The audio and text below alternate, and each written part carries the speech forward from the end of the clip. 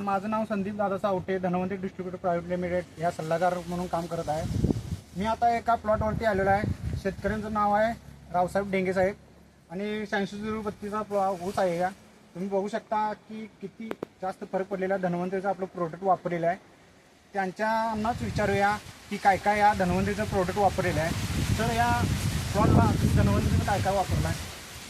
धन्वंतरीचं slurry आणि DAPची 2 पोती म्हणजे ग्रोप्राम बॅक्टेरियाचं किट वापरलं आहे इथं. हां, त्याशिवाय RPS 76च्या 2 बाटल्या इथं मी पाण्याबरोबर सोडलं आहे. सर, तुम्ही धन्वंतरीचं तुम्ही प्रोडक्ट वापरला आहे. त्याच्या अगोदर आणि आता यात तुम्हाला काय फरक दिसतो?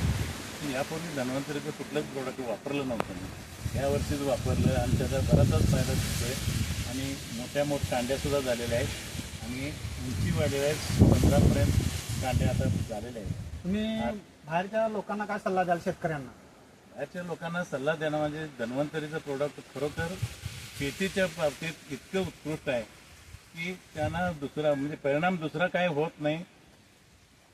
कुठलंही पीक असलं तरी ते निश्चित चांगलं जोमानं येणार आणि त्याचा फायदा शेतकऱ्यांना होणार. तुम्ही बघू शकता की कांड्या बघा,